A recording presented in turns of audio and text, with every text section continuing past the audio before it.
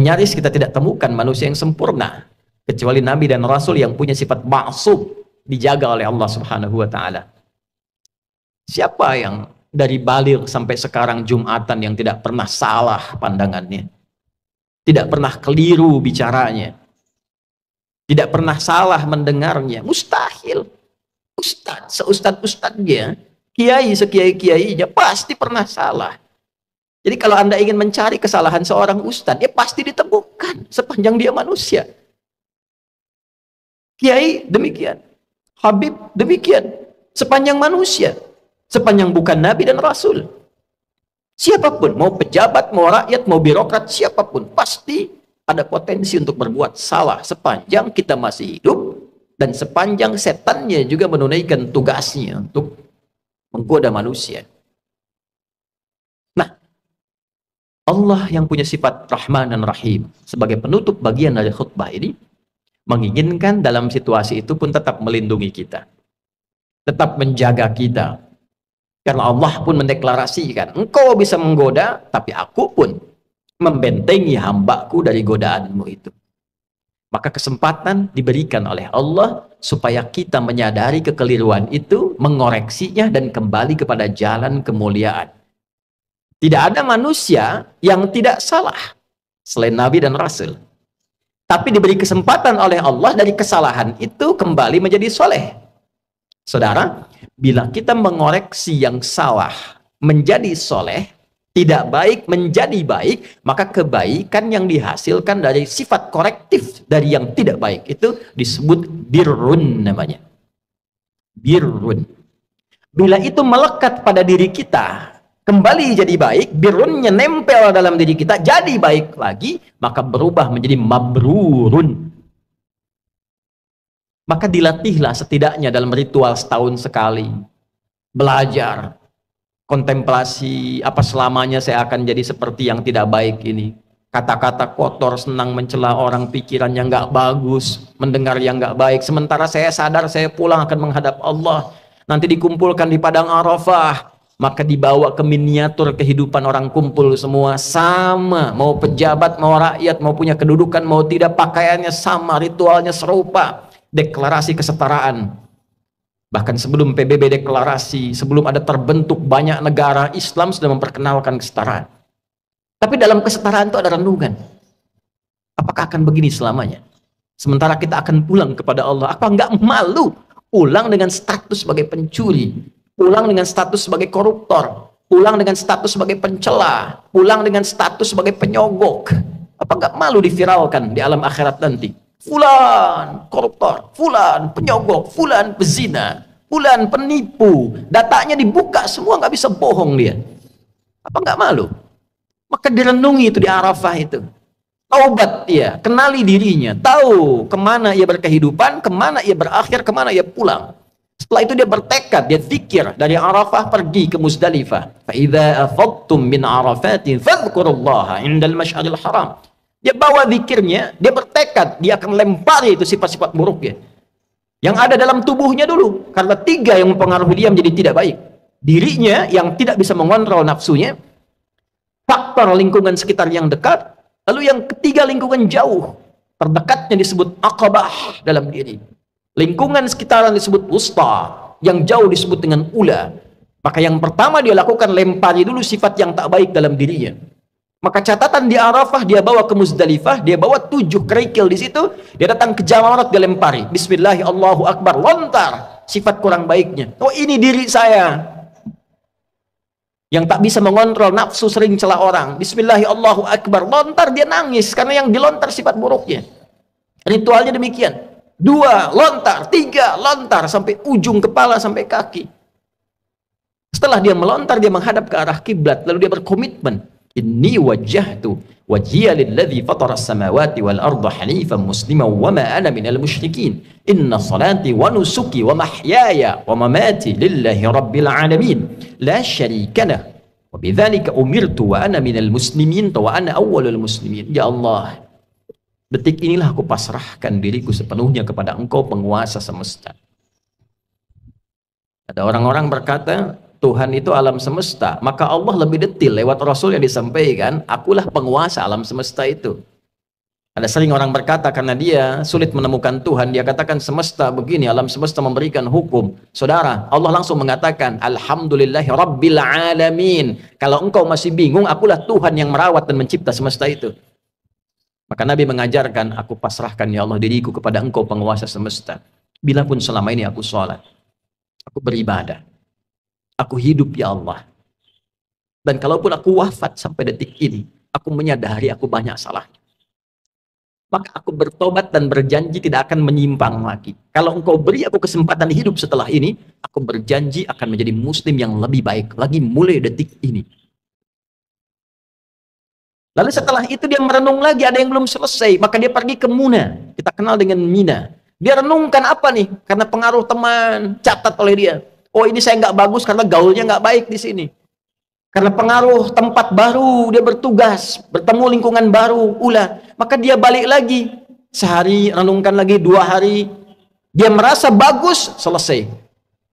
Tawaf ifadah, atau dahulukan oleh dia, selesai, tuntas hajinya. Dia merasa kurang sempurna, sampai hari ketiga, nafar akhir. Wadhkurullaha fi ayyamin ma'dudat, faman ta'ajjala fi yawmaini fala ithma alaihi, wa man ta'akhkhara fala ithma alaihi. Apa kesimpulannya? 5 nittaqa. Jika dia sudah menilai dirinya, takwanya sudah balik. Jadi intinya takwa lagi. Takwa lagi.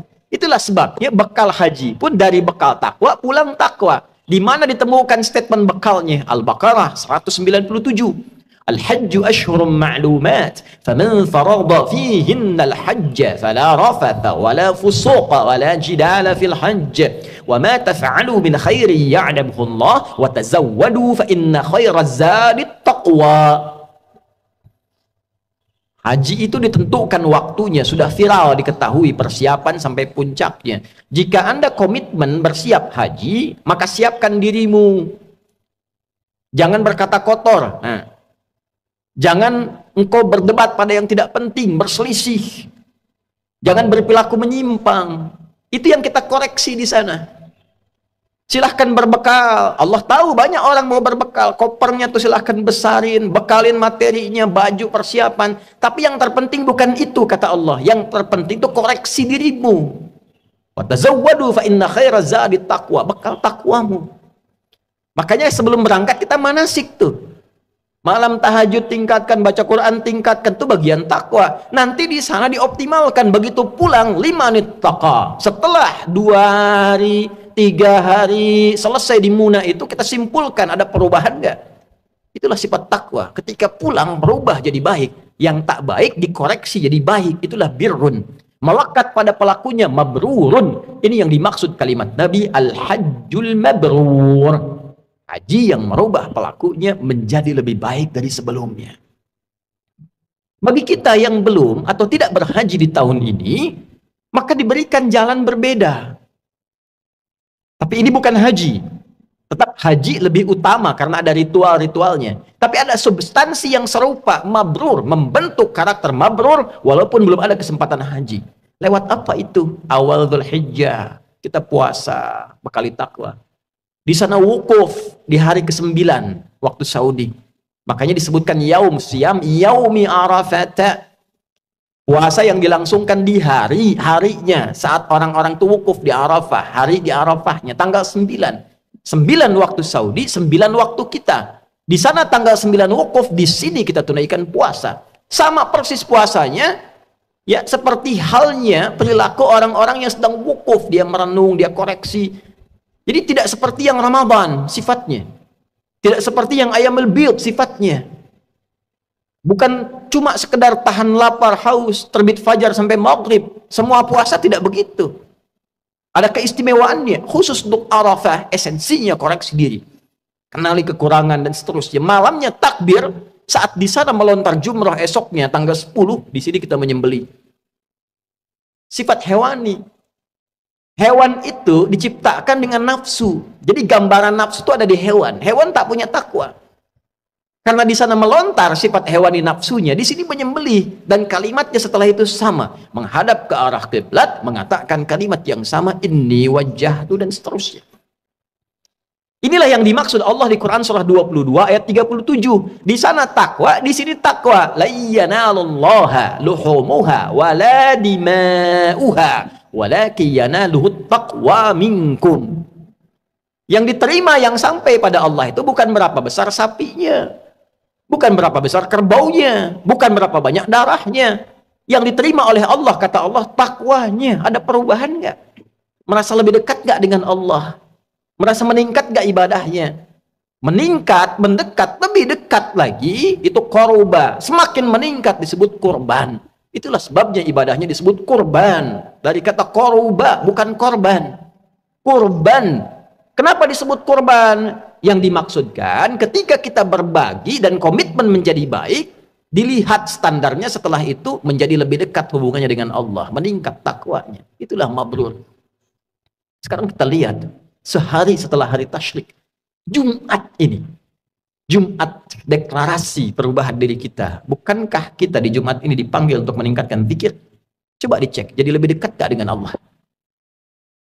Merasa meningkat gak takwanya? Beruntung kita, alhamdulillah, tinggal di Indonesia, karena semua bagian dasar kehidupan berbangsa, bernegara dipaku dengan sifat takwa. Di pendidikan, Undang-Undang Sisdiknas nomor 20 tahun 2003, dari mulai pasal menimbang A sampai E, 5 itu poinnya. Poin kedua, B itu sudah takwa. Undang-Undang Dasar tahun 1945 mengamanatkan pada pemerintah, mengusahakan menyelenggarakan satu sistem pendidikan yang meningkatkan keimanan dan ketakwaan pada Tuhan Yang Maha Esa, serta akhlak mulia. Baru mencerdaskan kehidupan bangsa. Masuk tentara Sabta Marga, ada 7. Nomor 3-nya itu adalah takwa. Kami tentara Indonesia yang bertakwa pada Tuhan Yang Maha Esa, membela kebenaran, kejujuran, dan keadilan. Masuk hakim, ada pancadharma. Nomor 1-nya itu takwa. Dari takwa sampai tirta, 1-nya takwa. Kami hakim Indonesia yang bertakwa pada Tuhan Yang Maha Esa. Masuk polisi, Tribrata, nomor 1-nya takwa. Kami polisi, Negara Kesatuan Republik Indonesia yang bertakwa pada Tuhan Yang Maha Esa. Jadi itu ukuran pendiri bangsa ini menginginkan kita jadi orang baik sebelum pintar. Sebab pintar tidak baik, celaka. Korupsi itu banyak dilakukan oleh yang pintar. Pengelabuannya oleh yang pintar. Cuma karena nggak ada takwanya sebagai amanat undang-undang, itu yang jadi problem. Nah, kalau kita mengklaim negara muslim terbesar, setiap Jumat pengingat pertama takwa, hadirin. Bertakwalah kepada Allah dengan sebenar-benarnya takwa. Tuh pulang Jumatan, betul nggak takwanya ada tuh? Ada nggak yang hilang sendal tuh? Baru keluar masjid. Itu kalau kita tunjukkan menjadi muslim yang benar, berubah jadi lebih baik, korban dekat dengan Allah, itulah esensi manusia mabrur yang diinginkan oleh Allah